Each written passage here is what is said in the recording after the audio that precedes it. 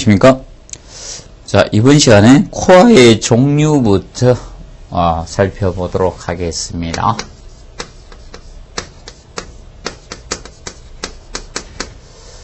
자, 코어의 종류는 보통 한 4가지 정도로 나누어질 수 있습니다. 그래서 첫 번째로 이 편심코어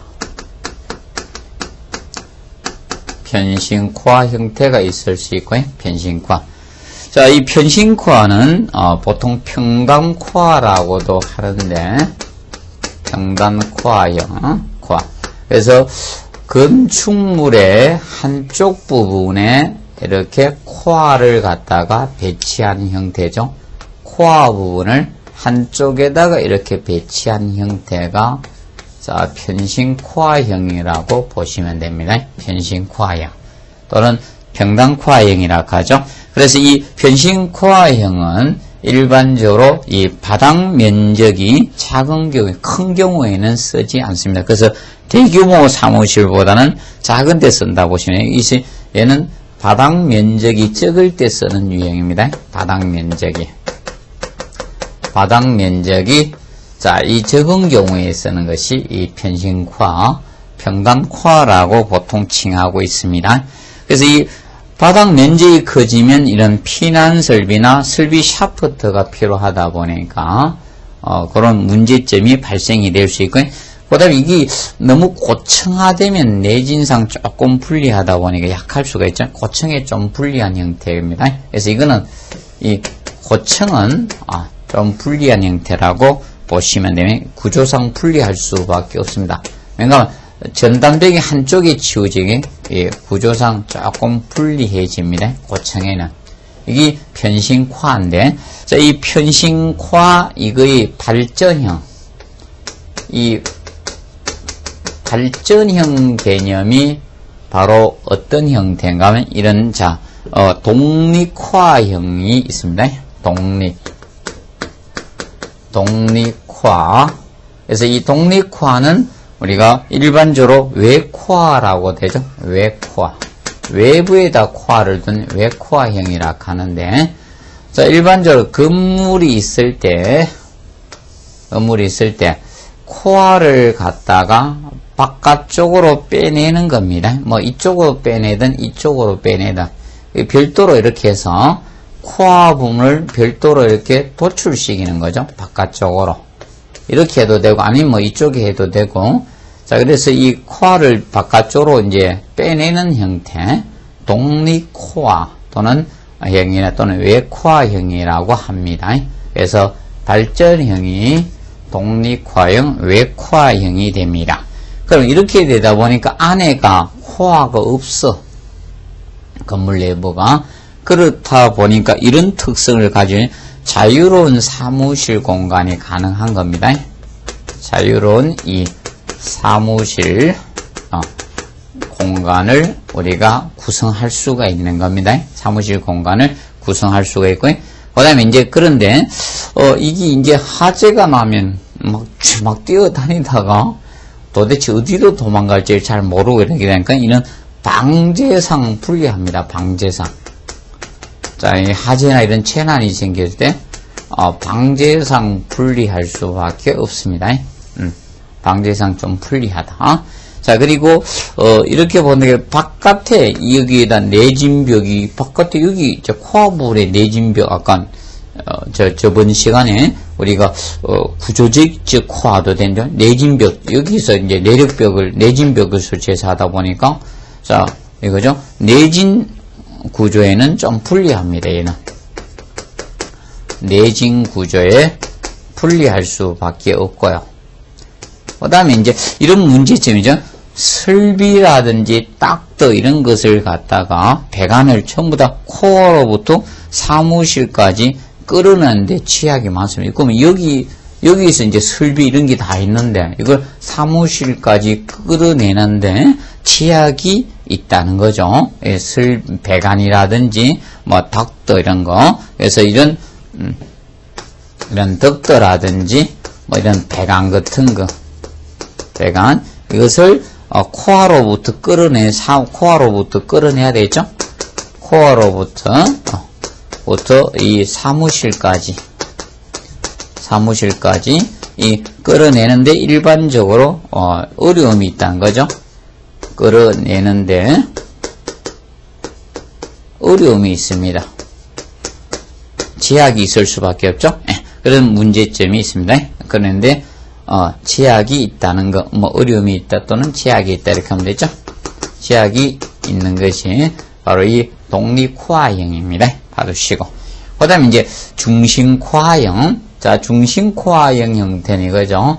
건물의 중앙센터 부분에, 이 부분에다가, 자, 코아를 둔 형태죠. 중심코아형. 코아 부분을 여기 둔 겁니다.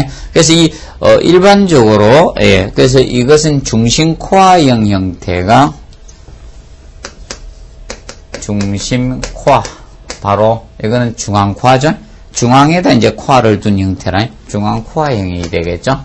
센터에다 코아를 둔 형태입니다. 자, 그러면 이 중심코아, 중앙코아형은, 자, 그러면 이 중앙센터에다가 내진벽을 딱 도가 건물을 올라가고 옆에 이제 기둥이 있으니까 이것이, 자, 이 바닥 면적이 크고 구조적으로 안정해요, 얘가. 구조적으로 안전합니다. 안정성이 있습니다. 안전하죠? 안전한 것이 바로, 자, 이 중심코아형, 중앙코아 형태가 됩니다. 그래서 이거는 그래서 바닥 면적이 클 때 쓰는 겁니다. 바닥 면적이. 바닥 면적. 이 바닥 면적이 클 때 이 중심코아형 형태를 많이 씁니다. 그리고 이거 고층이나 초고층이 되면 이걸 씁니다. 초고층에. 그래서 고층이나 초고층에 적합한 것이 바로 이 중심코아 형태를 쓰고 있습니다. 중심코아 형태를 보시면 되겠고, 그 다음에 이제, 그래서, 내부, 외관 획일적이 되기 쉽죠. 딱 정형 형태가 되다 보니까 이제 외관이라든지 내부 공간이 좀 획일적이라는 것, 이런 것이 중심코아형의 특징이라고 보면 됩니다. 그리고 양단코아형.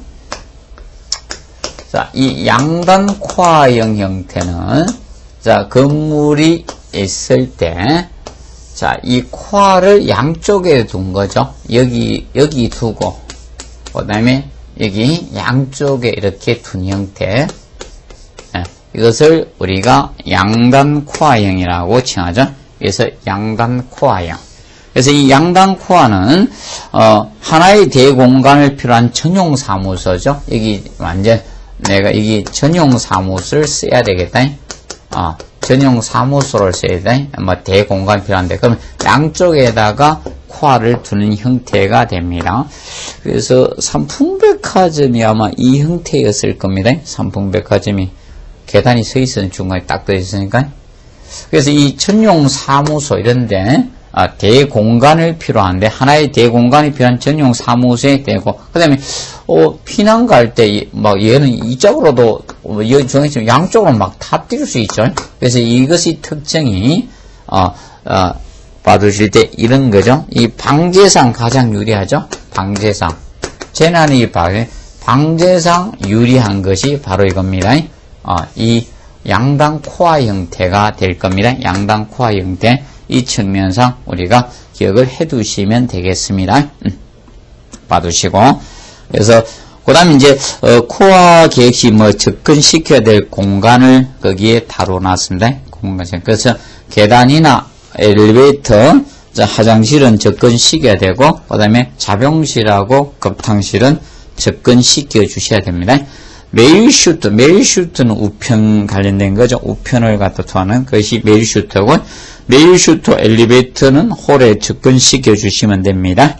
그런데 코아 계획시 반드시 분리시켜야 될 공간은 엘리베이터의 홀과 출입구는 접근시키지 않도록 해야 됩니다. 그래서 그거 정리를 해 두시기 바랍니다. 정리하시고, 그 다음에 사무실 이제 계획에서 각부 계획적인 측면을 살펴보도록 하겠습니다. 자, 각부 계획에서 이제 사무실을 이제 설계를 할 때, 그래서 층고, 층높이라고 칭하죠. 그래서 이 층고, 청고는 여러분들이 일반적으로 뭐 사용 목적이나 뭐 햇볕을 들여오는 이런 채광적인 측면이라든지 또는 뭐 공사비 이런 게서 결정이 되겠죠. 그리고 사무실 깊이는 뭐 책상 배치라든지 뭐 채광량 이런 거에서 우리가 이제 결정이 될 겁니다. 근데 그래서 이제 그 보면 이제 층에서 뭐 1층 해놨죠. 1층 부분. 보통 1층 부분은 다른 기준층에 비해서는 뭐 층고가 보통 다 높죠. 1층 부분은. 그래서 어떻게 설계하느냐에 따라서 틀린데 보통 뭐 소규모 건물에도 최소한 4m 뭐 이상 많이 하고 있죠. 그리고 이게 뭐 은행이나 이런 거 되면 약간 더 높게 되고 4.5에서 한 5m로 설계하는데 그 중2층으로 설계할 때는 좀 높게 하죠. 5.5에서 6.5 정도로 설계를 하고 있습니다. 그리고 기준층은 3.3에서 이 대략 4m 정도로 층고를 설계하고 있습니다. 그런데 이제 이 기준층은 사실 이 기준층 면적이 커야지 사실 임대율이 높아지거든요. 기준층 사실 이 면적률이 자, 이 기준층 면적 이게 보통 클수록 보통 임대율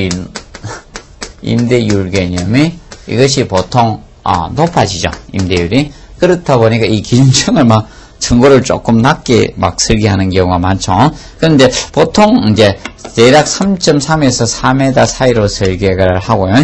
이때 냉난방 설비는 이런 거 하다 보니 이 덕트 전공기 방지하려면 이 덕트가 가야 되니까 덕트 배치상 약 30cm 정도 뭐 증가시켜 줍니다. 예, 공조를 하게 되면.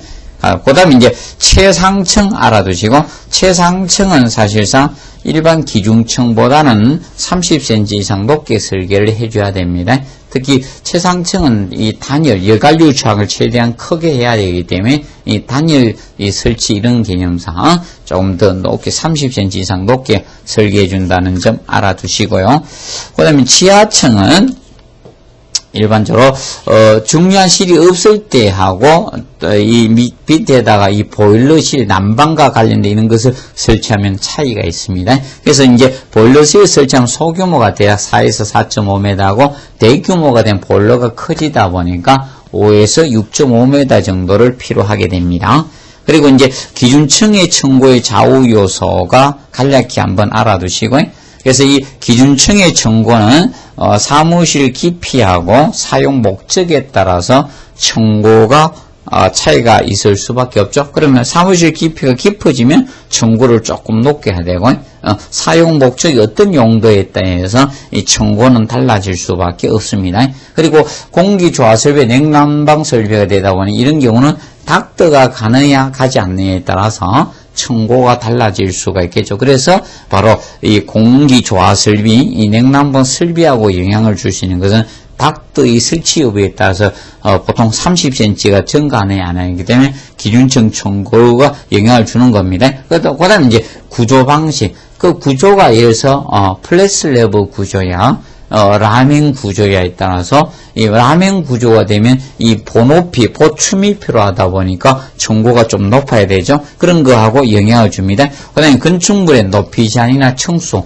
자, 건축물의 높이 제한이 걸리니까 자, 이 층수를 많이 넣기 위해서 무엇인가 하면 이 층고를 낮게 하는 경우도 있죠. 그렇기 때문에 이런 것들이 자, 기준층 층고를 좌우하는 요소다. 사무실 깊이, 그리고 사용 목적, 그리고 공기 조화 설비, 이 냉난방 설비가 있느냐 없느냐, 그리고 구조 방식, 그리고 공사비도 영향을 주겠죠. 그다음 건축물 높이 제한, 이런 층수 이런 것 때문에 기준층 층고가 영향을 준다는 점을 여러분들이 접근해 주시기 바랍니다.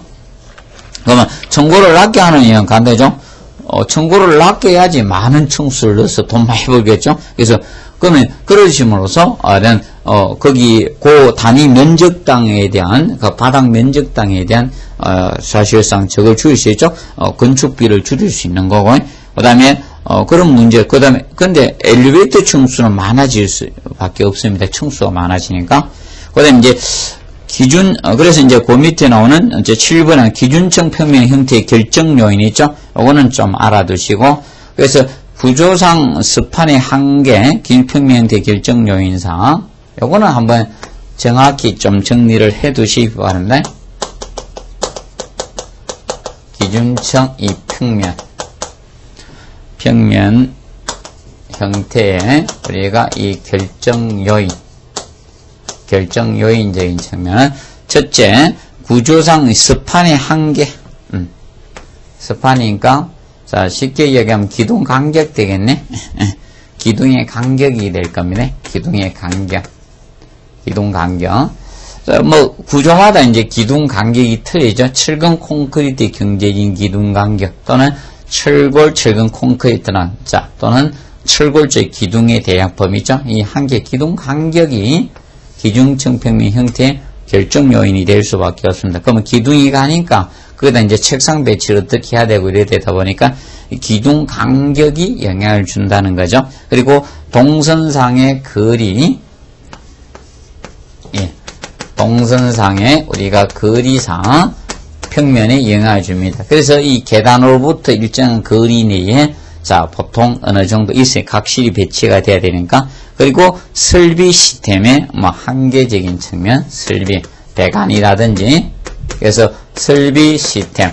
그러면, 보통 에어컨을 설치했다 이겁니다. 에어컨을, 설치를 하게 되면 이 배관 길이를, 자, 실내기하고 시대기하고 배관 길이가 길어지면, 자, 냉방이 잘 안 됩니다. 그런 것 같이 설비 시스템의 한계적인 측면이나, 그리고 이제 방화구역상 명제니까 방화구역 되겠죠? 간략히 하면 방화구역.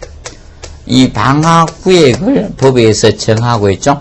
그러면 일정한, 자, 되면 뭐 내하구정 얼마만큼의 방화구역을 설계하라. 이런 방화구역이 있고요. 그 다음에 자연광이한 조명의 한계니까 채광 조건에 따라 영향을 준다는 거죠. 채광 조건. 그래서 자연 채광이 이제 들어올 수 있는 한계가 있죠. 깊이 한계. 그렇기 때문에 기준성 평면 형태의 결정 요인이 될 수가 있는 겁니다. 그리고 대피상 최대 피난 거리가 영향을 주죠. 피난 거리. 방제상 피난 거리가 일정 거리 내에 들어와야 되다니까. 그러면 우리가 거실 각부로부터 계단까지 일반적으로 30m인데 내하 구조가 됐을 때는 50m. 근데 아파트 16층 이상 아파트는 40m. 피난 거리가 영향을 주게 됩니다. 그리고 이제 배연계 연기를 어떻게 자 빼줄까? 그러면 대표적으로 이 특별 피난 계단의 경우는 저기 스모커 타워를 보통 두고 있죠. 그래서 이 계단이 꿀등 역할을 하는 것을 방지하기 위해서 우리가 그런 걸 하고 있죠. 그래서 이 극기덕들하고 배기덕들 둬서 한쪽으로는 공기를 공급하고 빼라내면서 그런 역할을 하고 있습니다. 그래서 이제 기준층 평면 형태의 결정 요인들은 이런 요소들이 영향을 주더라 개념을 우리가 알아두시면 되겠습니다. 그 다음에 기둥 간격에 대해서 간략히 보도록 하겠습니다. 뭐 이런 거는 그렇게 꼭 중요한 요소는 아니고요. 기둥 간격은. 그래서 기본적으로 한번 정리를 간단하게 해두시죠. 그러면 보통 기둥 간격은 내부 기둥 간격이죠. 철근 콘크리트일 때는 대략 5에서 6m 간격이고요. 자, 철골 철근 콘크리트는 6에서 7m 간격 정도고, 그러면 철골 쪽. 그러면 사무소가 이제 철골 구조였다. 철골 구조일 땐 대략 7에서 9m 정도 전후로 이렇게 봐줍니다. 자, 그리고 창방향 기둥 간격 해놨죠. 창방향 기둥 간격에서 거기 보시면 1번 기준층 평면 결정에 가장 기본이 된 요소가 이 창방향의 기둥 간격이 되는데, 이 창방향 기둥 간격은 보통 책상이 보통 배열에 따라서 될 수밖에 없죠. 그러면 여기 이제 창이 이렇게 있는데, 이렇게 기둥 이제 간격이 이제 이렇게 있을 거 아닙니까? 있으면. 그러면 이 기둥 이제 책상을 어떻게 배치하느냐? 그러면 이 책상 배열 배치에 따라서 이 기둥 간격, 창방향 기둥 간격이 보통 결정된다고 보시면 된다. 그래서 이제 책상 배열에 따라 대략 5.8m. 뭐 그래서 혹시나 해서 여러분들 이제 공부하실 거는 2번에 나오는 창방향 기둥 간격 관련된 거하고 3번의 기둥 간격 결정 요소 요 두 가지 측면만 좀 집중해서 조금 봐두십시오. 뭐 아직 나오지 않았지만 앞으로 혹시나 해서 그런 정면 봐두시면 돼요. 그래서 책상 배열에 따라 대략 5.8m가 자 가장 적절한 기둥 간격이 됩니다. 그래서 철근 콘크리트 대략 5에서 6m 되죠. 그러면 카바가 되는 거죠. 그리고 지하 주차장 기준 잡아서 6m 전후가 됩니다. 그래서 5.8에서 6.2 정도에서 합리적입니다. 그렇다 보니까 여러분들이 뭐 책상 배치 때는 5.8m고 그 다음에 지하 주차장 오래 했을 땐 6m 전후가 되다 보니까 그래서 철근 콘크리트 건물의 기둥 간격은 경계적 기둥 간격이 보통 6m 전후 형태로 많이 나오고 있는 겁니다. 그리고 저것도 그렇죠. 철근 제작 길이가 보통 8m짜리가 있고 12m짜리거든요. 그런 것도 약간 영향을 주고 있죠. 그 다음에 이제 기둥 간격 결정 요소 요거는 이제 알아두시고 그래서 기둥 간격의 이제 결정 요소로서 3번은 조금 함 정리를 해 두시고 이거는 혹시 나올 수도 있으니까 시험마다 약간 차이는 있겠지만 기둥 간격의 이 결정 요소적인 측면 사무실 건물의 기둥 결정 요소 첫째 책상 배치 나오죠. 자, 이 1번에 이제 책상 배치라는 것은 책상 배치는 다르게 이야기하면 자입니다. 단위 이 사무실 그래서 일반적으로 이 책상 배치 이 배치 단위가 영향을 줄 수 있다는 거죠. 단위가. 그럼 이것은 이 사무실 작업 단위하고 관계 있는 겁니다. 책상 배치를 어떻게 단위네? 사무실 이 보통 작업 단위가 될 수 있는 거죠. 작업 단위. 책상 배치를 하는 것은 사무실 작업 단위 기준상 이 기둥 간격이 결정 요소가 된다라고 보시면 되고, 자, 그 다음에 유효 채광 단위가 나오는데, 자, 유효 채광 단위. 이번에는 유효 채광 단위. 자, 이 유효 채광 단위라는 것은 채광층에, 자, 우리가 이 채광상 햇볕을 들어와야 되는데, 채광상 이 청고에 의한 안 깊이가 결정되거든. 청고에, 자, 우리가 의한 안 깊이, 이 안에 깊이가 결정되다 보니까, 안 깊이가 결정되다 보니까 이 기둥 간격 결정 요소의 하나로 잡고 있는 겁니다.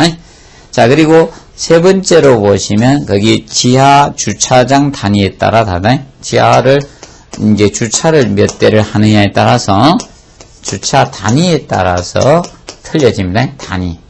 주차가 어떻게 하느냐. 여기에 따라서 달라질 수 있습니다. 그래서 아까 책상 배치할 때는 5.8m 적합했는데, 우리가 이제 주차하면 막 6m 전후 되죠. 5.8에서 6.2까지 되니까. 그래서 주차 단위에서도 결정이 될 수 있고, 그 다음에 그리고 마지막으로 하나 더 들자면, 뭐, 기본 세 가지가 있고, 기둥 가격. 하나 더 더면, 일반 사무실에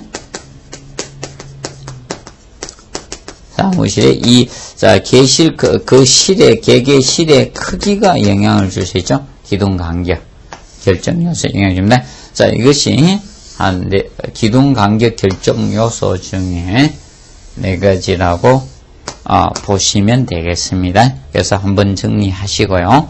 자, 그 사무실에서 이 사무실과 관련돼서 안 깊이, 사무실 폭이라든지, 지금 채광이라든지, 그 다음에 출입구, 집무 공간의 구획이나 이런 것 쭉 나오고 있죠. 이런 형태는 거의 시험에 언급도 안 되고 있는 형태인데, 그래서 우리 혹시나 해서 조금 봐둬야 될 거는, 자, 저거 정도만 한번 보도록 합시다. 안 깊이하고 채광 정도만 가볍게 한번 봐두십시오. 지금까지 시험에 언급된 바는 없지만, 그래서 이 사무실 폭이라는 개념이 사무실 안 깊이를 의미하고 있습니다. 그래서, 안 깊이와 관련됐을 때, 그 깊이는 책상 배치에 의한 사무실 깊이가 1개일 때, 책상 배치일 때는 3.6m를 잡고 있고, 두 개 이제 책상 배치할 때는 5.6m, 그리고 3개 책상 배치는 7.1m. 결과적으로, 이것이 깊이가 달라지고 있죠. 책상 배치에 따라서. 그거 한번 간략히 한번 보시고요. 그 다음에 창에 의한, 채광이 나오는데, 사무실 채광 면적은 바닥 면적의 10분의 1 이상으로 해주시고요. 그 다음에 창대 높이는 대략 0.75에서 0.8m 정도로 해주시고 고층이만 약간 더 증가해 주시면 된다. 그래서 한 10cm 정도 더 증가하시면 됩니다. 그러면 0.85에서 0.9m 정도 해주시면 됩니다. 그리고 인공 조명은 조도가 충분히 높게 이제 설계하고 균등한 조도가 되도록 우리가 해주시면 되겠습니다. 간략히 한번 보십시오. 그리고 엘리베이터, 이 엘리베이터적인 측면에서, 엘리베이터는 이 사무실일 때 엘리베이터, 법규, 건축법의 엘리베이터, 대수 엘리베이터에 대해서 규정하고 있죠. 그러면 보통 엘리베이터는 6층 이상 건축물, 6층 이상 건축물로서, 연면적이 2000제곱미터 이상이죠. 동시 충족 요건이죠. 6층 이상으로서, 연면이 2000제곱미터 이상인 건물에, 이 승강기 의무적으로 설치를 해야 됩니다. 그런데, 그러면 사무실의 경우는 어떻게 할 것인가? 사무실의 대표적인 그 법적 그 기준 해놨죠? 그러면 사무실 6층 이상 거실 바닥 면적 합계가, 1층, 2층, 3층, 4층, 5층은 고려하지 않습니다. 6층 이상의 바닥 면적을 다 하는 게 아니고 거실 바닥 면적 합계가 3000제곱미터 이하가 되면 그냥 한 대로 봐준다는 겁니다. 근데 3000제곱미터 초과할 때는 그럼 3층까지는 한 대로 봤기 때문에 3층 초과하는 것보다는 매 2000제곱 이내마다 한 대씩 비율을 가산해주면 된다는 거죠. 그럼 일반적으로 그 계산식은 사무실에서 승강기 대수 계산식은 바로 이거죠. 6층 이상, 이 거실 바닥 면적에다가 가닥 면적 합계에다가 적어주면 됩니다. 마이너스, 저걸 해주면 되죠. 그 시계 해놨죠. 3000을 해주시면 되죠. 왜? 3000제곱 이하마다 한 대라고 했기 때문에 마이너스 3000을 빼주면 되는 거야. 3000 빼주고 매 2000제곱 이내마다 한 대라고 했기 때문에 2000을 나눠주면 되는 거죠. 플러스 한 대 해주면 되죠. 3000 이하일 때는 한 대가 되기 때문에 요 식을 대입하는데 특히 6층 이상의 거실 바닥 면적은 요거는 1, 2, 3, 4, 5층은 들어가지 않는다는 점을 좀 주의해서 봐두시면 된다. 그래서 기준을 잡아주시고 여기에서 산정 나온 대수는 보통 8인승을 기준으로 우리가 설계를 해놓은 겁니다. 8인승 기준으로 보통 방거를 써보면 되죠. 그러면 16층 이상일 때는 16인승 이상이면 그냥 기본 2대로 봐주면 되죠. 요거 일반적으로. 그래서 기본 봐줄 때는 여기시 요 식으로 계산을 해 주시면 되겠습니다. 봐두고. 그 다음에 비상용 승강기는 이거는 6층하고 관련 없죠. 예.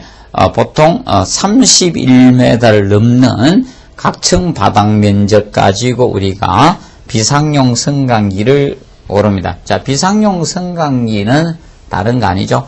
화재시 재난이 특히 화재가 발생됐을 때 우리가 저걸 하기 위해서 소방관들의 소화활동을 우리가 피난과 관련돼서 하기 위해서 사용된 것이 비상용 승강기 개념이 됩니다. 그래서 비상용 승강기는 성용 승강기 이외에 별도로 둬야 되죠. 법적으로. 근데 만약에 성용 승강기를 비상용 승강기 구조로 했으면 예외고요. 별도로 이제 비상용 승강기를 우리가 두게 되는데, 그래서 비상용 승강기는 31m 넘는 각층 바닥 면적이 얼마냐에 따라서 차이가 있는 겁니다. 그래서 31m 넘는 각층 바닥 면적이 1500제곱미터 이하일 때까지는 한 대로 봐주면 됩니다. 근데 요거는 주의할 것이 최대 바닥 면적입니다. 합산이 아니라 31m 넘는 각층 바닥 면적의 합계가 아니고요. 한 층이 최대 바닥 면적을 기준으로 설정하고 있다는 점 주의해 주시면 되겠습니다. 자, 그래서 일반적으로 이렇게 그러면 1500이 넘으면 이렇게 하면 되죠. 계산 비상용상에 31m를 넘는 바로 자, 각층의 바닥 면적 중 최대 바닥 면적이 넘는 각층의 이 최대 바닥 면적 넘는 중에서 최대 바닥 면적을 하나만 산입하는 게 합계가 아니고 넘는 바닥 면적 중 넘는 바닥의 최대 바닥 면적에다가 이거에다가 마이너스 해주시면 됩니다. 얼마를 말했으니까 1500제곱미터 이하일 때는 한 대니까 1500제곱미터를 빼주고 매 3000제곱미터마다 한 대씩 가산하니까 3000으로 나누어 주시면 되죠. 그리고 1500제곱미터 이하일 때는 한 대로 봤으니까 플러스 한 대로 하시면 됩니다. 한 대. 이렇게 계산해서 그래서 요 식으로 계산하면 되겠고요. 그래서 비상용 승강기는 자 이렇게 계산해 주시면 됩니다. 근데 이거는 2대 이상 되면 그럼 2대 이상이 나오면요 항상 명심할 건 이 비상용 승강기는 저거 하지 않습니다. 집중 배치하지 않습니다. 승용 승강기는 보통 8대까지는 집중 배치로 가죠. 그런데 비상용 승강기는 분산 배치입니다. 일정 간격을 두고 배치한다는 점을 명심해 두시기 바랍니다. 그래서 이제 그 엘리베이터 이제 배치 계획은 주요 출입구 홀에 직면에서 보통 배치하고요. 그래서 보통 사무실은 딱 들어가면 이제 보이죠. 보이게 되어 있습니다. 그리고 각종 위치에서는 동선은 짧고 간단하도록 설계를 해 주시면 되겠습니다. 그리고 외래자에게 잘 알려져 있는 위치입니다. 그래서 보통 이렇게 딱 보면 밖에서 딱 들어오면 보통 사무실 건물은 잘 알려져 있는 위치에다 해놨습니다. 근데 백화점은 잘 알려진 위치에다 안 해놨습니다. 그래서 일반 백화점의 경우는 제가 했죠. 일반 들어온 고객들과 최대한 헤매게 만들어야 되죠. 안에서 상품 사야 되고 오래 그거 있도록 만드는 개념이고, 그런데 이거 사무실은 아니기 때문에 외래자에게 잘 알려줄 수 있는 위치에다 해주고요. 근데 사무실 출입문에 바짝 접근 배치는 금지입니다. 이 엘리베이터는 사무실 출입문하고는. 근데 저거하고는 주 출입구 있죠? 주요 출입구 뭐 1층에서 들어오는 그런 데서는 각각 접근시켜서 배치했습니다. 그런데 사무실 안에 들어가 우리가 각 사무실 출입구에서는 접근 배치는 금지입니다. 그래서 한 곳에 이제 집중 배치해야 됩니다. 기본적으로. 근데 비상용 승강기는 일정 간격을 두고 배치하지만 보통 승용 승강기는 집중 배치 형태로 나갑니다. 그리고 한 개소에 보통 4대 이하가 됐을 땐 직선형 배치가 가능하죠. 그래서 그 밑에 그림에 보시면 직선 배치, 알코브 배치, 대면 배치, 대면 혼합형 배치가 나오고 있죠. 그래서 뭐 직선 배치 일렬로 딱 배치를 하겠다.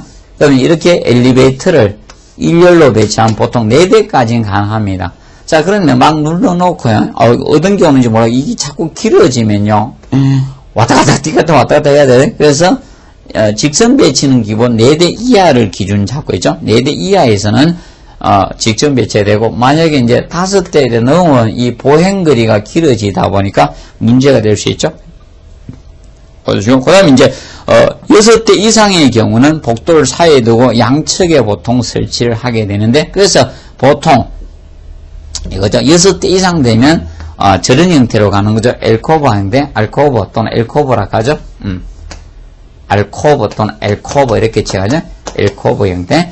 그래서 엘코브나 이런 대면 배치 형태로 가면 되죠. 대면 배치 형태. 자, 이런 배치 형태를 써주면 될 거고, 6대 이상일 때는. 그리고 성간거리는 짧게 하고 적당한 넓이의 홀이 필요하겠죠. 그래서 이때 홀 너비는 성간기 1인당 점유 면적은 최소 기준은 0.5로 잡으면 되죠. 최소 면적은 1인당 잡았을 때 홀 면적을 0.5제곱미터 이게 최소고요. 대략 뭐 0.8까지 하는데 최소 기준은 0.5고 대략 최소 0.5에서 0.8제곱미터를 1인당 점유 면적으로 봐서 설계를 하고 있습니다. 그럼 이제 그 밑에 보면 직선형과 알코브형, 엘코브형, 대면형하고 대면 혼합형 있죠? 특성을 여러분들이 이제 비교하시면 되고, 그래서 이거는 직선형은 4대 이하일 때만 가능합니다. 5대 이상 되면 왔다가 보행거리가 상당히 많이 되기 때문에, 길어지기 때문에 직선형은 4대 이하일 때 보통 사용되고, 알코브형은 보통 4대에서 8대 사이를 해서 보통 설치하는 거죠. 그래서 이런 형태죠. 그러면 한쪽만 트여 있는 형태면 이쪽은 이렇게 진입하고 양쪽으로 진입하는 게 아니라 이쪽으로 진입해서 엘리베이터가 한쪽 열에 3대씩 최대, 그러면 2대씩 있을 수도 있고 이런 3대씩이 알코브형 또는 엘코브형이라고 하죠. 알코브, 엘코브라고 하는데, 그러면 이런 형태입니다. 근데 요 대면 거리가 너무 길면 안 돼요. 요 두 개 길이가 대면 길이가 이게 대략 3.5에서 4.5 정도가 좋다는 거는, 이게 너무 길게 되면 6m 이상은 좋지 않습니다. 대략 요가 적당한 길이고요. 이게 알코브 형태고, 자, 대면 배치는 일반적으로 이것이 이제 대면 배치라고 보면 되죠. 이게 근데 대면 배치의 경우 얘하고 차이점이, 이거는 한쪽이 막힌 형태고요. 자, 대면 배치는 양쪽으로 진입을 할 수 있는 거죠. 이렇게 해서 이리도 들어올 수 있고 이리도 들어올 수 있고 양쪽이 개방된 형태. 그러면 엘리베이터를 이렇게 배치한 거죠. 이런 식으로 자 배치를 해준 겁니다.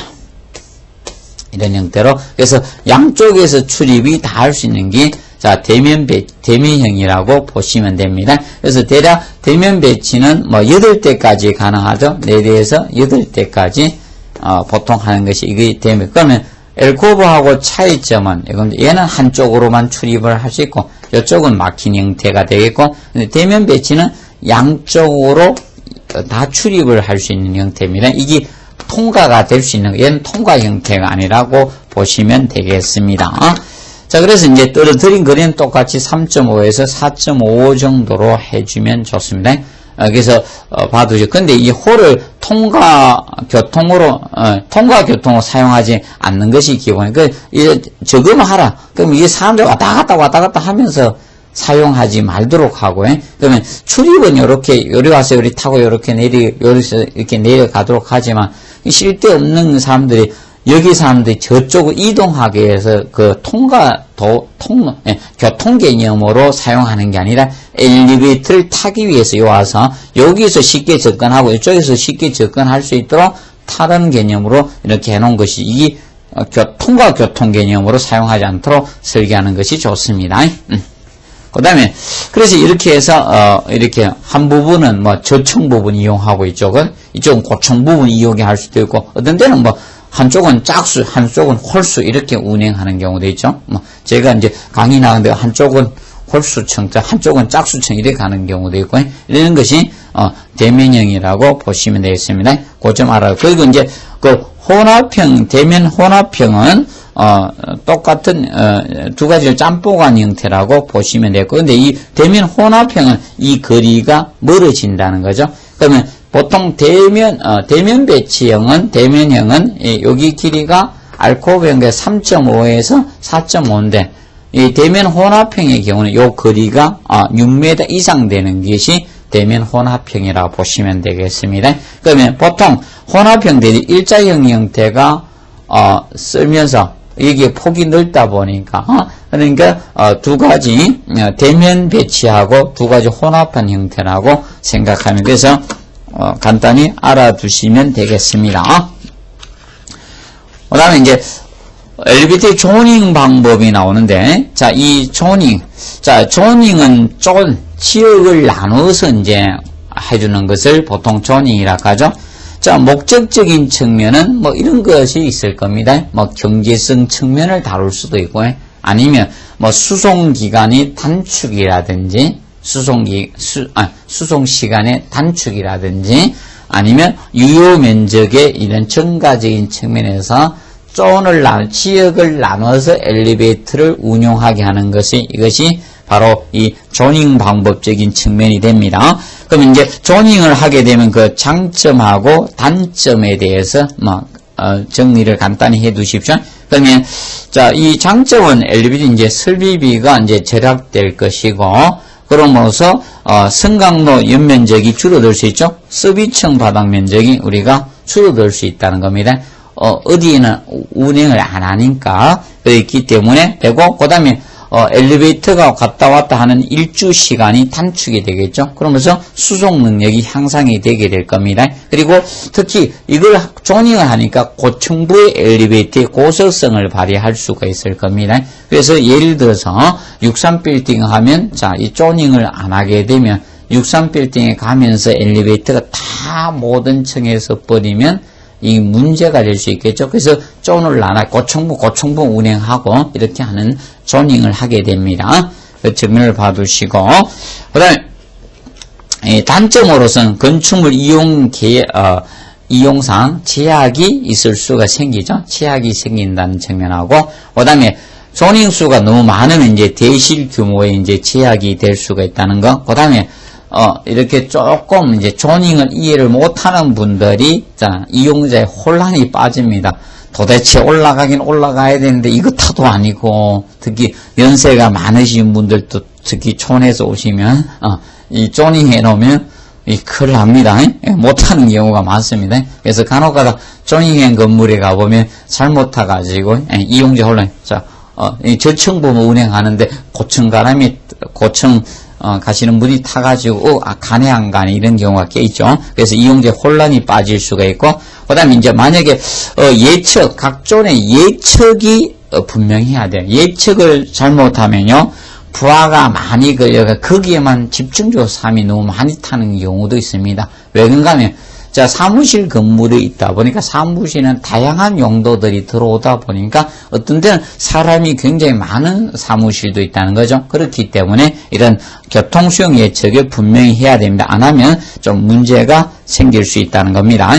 그 다음에 이제 조닝 방식을 보시면 컨벤셔널 조닝 방식과 스카이로비 방식과 더블 테크 방식이 있는데, 자, 그래서 이 조닝 방식에 대해서 정확히 좀 접근을 해 주시기 바랍니다. 아직 그렇게 많이 출제는 되지 않았지만, 조닝 방식은. 그래서, 보통 이 컨벤셔널 방식은 일반적으로, 저것이, 한 60층 정도 건물 이상적인 방법인데, 보통 이런 경우에 많이 씁니다. 하층은 사무실로 쓰고, 상층은 호텔로 이렇게 쓰는 이런 형태의 건물에 많이 쓴다라고 보시면 됩니다.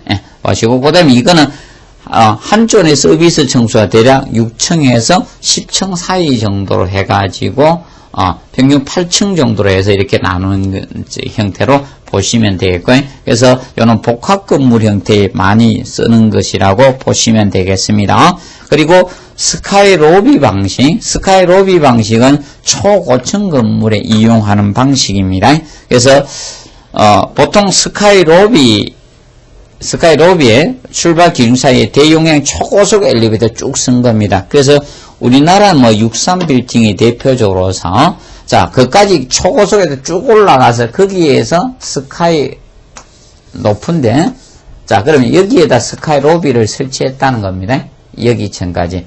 그러면 63빌딩 60층에 스카이로비, 그럼 여기서 초고속 대용량 엘리베이터에서 여기 쭉 쌓아올리고, 그럼 이 주변 사람들 여기서 이제 아래 위로 이동하면 되겠죠? 그는 스카이로비 방식은 초고층 건물에 사용하는 방식이고, 그래서 여기에서 여기까지 대용량의 초고속 엘리베이터에서, 그래서 63빌딩도 초고속 엘리베이터 다이렉트 60층까지 올라가도록 설계해놨죠. 그래서 이제 위층 아래층으로 이렇게 분산해 가는 형태 이것입니다. 그래서 미국의 무역센터, 세계 무역센터 있죠. 9.11 테러로 붕괴됐는데, 그 9.11 테러가 보통 그 건물 형태가 튜브 구조였죠.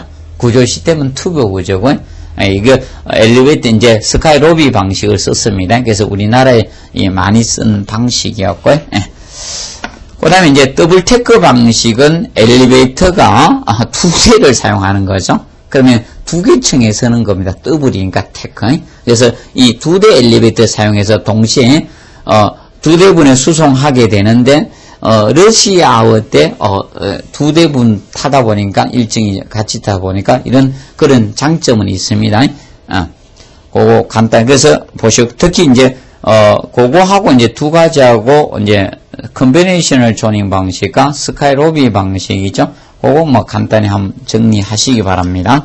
자, 그리고 일단은 그 대수 결정의 조건에서 보십시오. 대수 조건. 그럼 엘리베이터의 그 대수 결정 조건에는 대수 산정에서 기본은 자, 아침 출근 시간입니다. 꼭 체크하시고 아침 출근 시간에 5분간 이용자를 기준으로 하고 있습니다. 가장 많이 사용하는 시간대는 아니고요. 그래서 요거는 저겁니다. 아침 출근 시간 5분간 이용자를 기준으로 설계를 하고 있습니다. 그래서 가장 많은 시간은 오후 12시, 1시에 점심 먹으러 왔다 갔다 할 때 그때는 집단적으로 이동하니까 그때 가장 많이 사용하지만 요거는 대수 산정의 기본은 아침 출근은 늦으면 안 되다 보니까 출근 시간 도장 찍어야 되죠.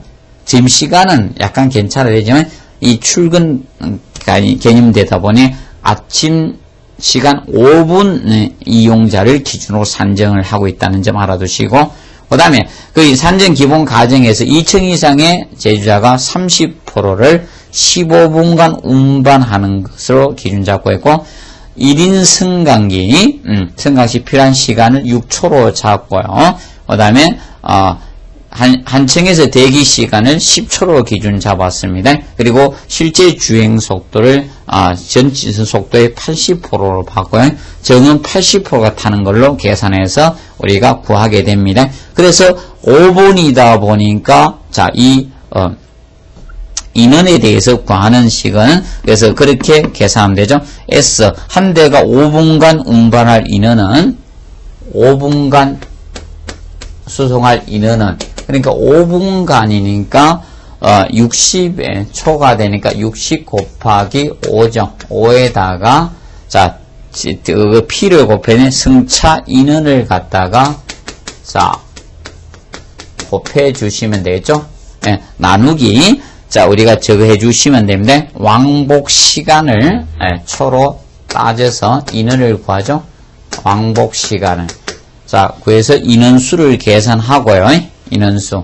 그러면 N후 이 대수 산정은 이렇게 하면 되죠. 그러면 그 5분간 최대 인원수를 구한 거죠. 인원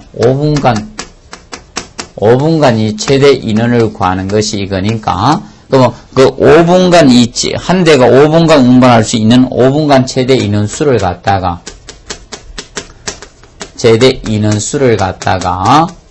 나누어 주시면 될 겁니다. 그래서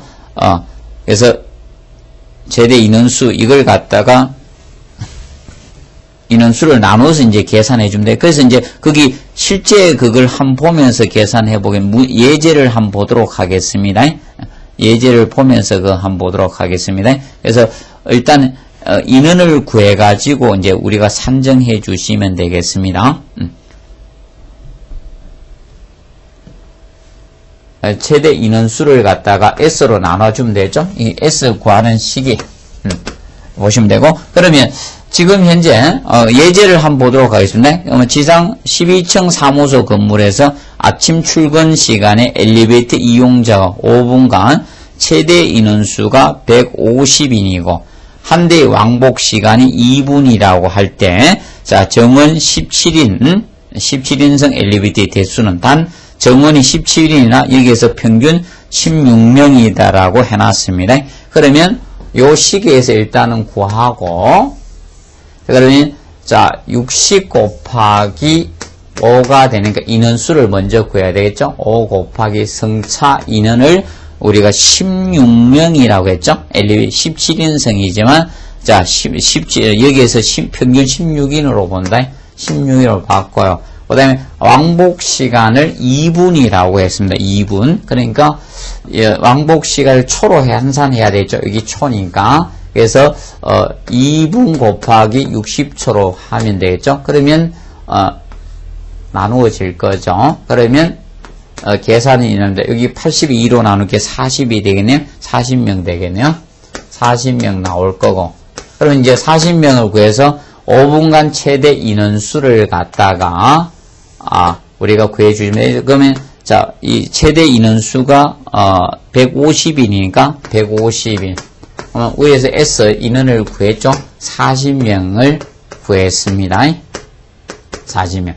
그게 나누니까 대략 4, 4, 16이니까 대략 3점 몇 대 나오겠네. 그러면 이 소수점은 꼭 계산하실 필요는 없습니다.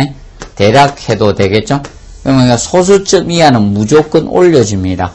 승강기는 소수점 이하는 무조건 올려줍니다. 올려주면 절상해 주시면 되는 소점은 올림합니다. 그럼 이것이 7호가 됐든 2호가 됐든 3호가 됐든 무조건 올려주셔야 됩니다. 승강기는. 그래서 몇 대가 되는 4대 개념으로 산정해 주시면 됩니다. 그래서 먼저 5분간에 구할 수 있는 인원수를 먼저 인원을 구한다. 인원을 구하는데 그래서 5분이니까 60초에서 60 곱하기 5에서 승차 인원을 왕복시간 나눠서 구하시고요. 5분간 최대 인원수가 주어지면 그것을 그 S를 구한 인원수로 나누어서 우리가 계산을 해 주시면 되겠습니다. 그리고 이제 대수 방법의 대수 산정 방법의 6번에 나오겠는데 대실 면적 유효 면적 2000점 한 대 그리고 연면적 3000점 한 대꼴 해놨죠. 요거는 일반적으로 대수의 약산식이라고 보시면 돼요. 요거는 약산식 약산으로 구하는 거 구체적으로 구하는 거 아니고 약산식으로 보시면 되고 이 약산식은 대실 면적당 따졌을 때하고 대실 면적당 기준하고 대실 면적당은 잡았을 때는 2000제곱미터당 한 대꼴로 설계해 주는 거고 그 다음에 연면적당 따졌을 때는 연면적 요거는 3000으로 따지겠다는 거죠. 3000제곱미터당 한 대꼴로 대략 봐준다. 그래서 그 개념을 간단하게 한번 봐두시기 바랍니다.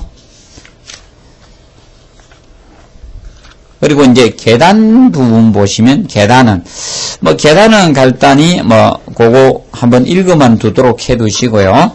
동사는 간단 명료하고 그 다음에 엘리베이터 홀에 근접시켜야 되겠죠. 그리고 각 층마다 공동위치에 있습니다. 그리고 방화구역 내에 1개 이상 계단을 배치해야 됩니다. 그런데 2개 이상 계단 가지는 게 좋습니다. 계단 설계는. 그래서 보통 건물의 용도마다 차이가 있는데 기본적으로 2개 이상 기둥이 직통 계단이 있는 것이 피난상도 좋고 그 다음에 어떤 우리가 구할 때 기본적으로 좋은 겁니다. 그 다음에 이제 화장실, 수세실도 간단히 한번 보시고 각 사무실 동선은 간결해야 되겠죠. 계단실과 엘리베이터는 홀에 근접시켜 주시고 각 층위치에 동일한 곳에 배치해 주시면 됩니다.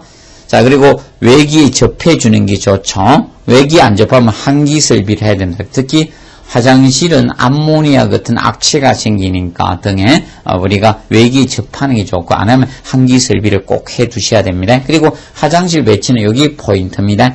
남녀 구분해서 배치한다. 그리고 양 출입구는 분리해 주셔야 됩니다. 그거 알아두시고 그 다음에 특히 4번에 복도를 사이에 두고 사무실과 서로 마주보지 않게 배치해 주셔야 됩니다.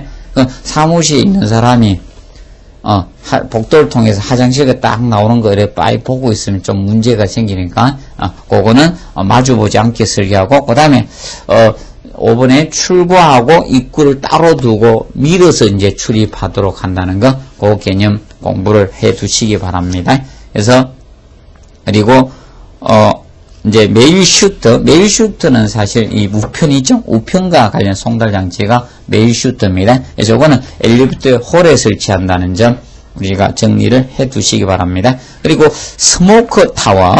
이 스모크 타워가 일반적으로 저거라고 보시면 되는데, 특별 피난 계단 있죠? 특별 피난 계단에 전실에 설치해서 보통 계단 쪽으로 연기가 가지 않도록 우리가 연기를 빨아내는 배연설비 형태라고 보시면 되겠습니다.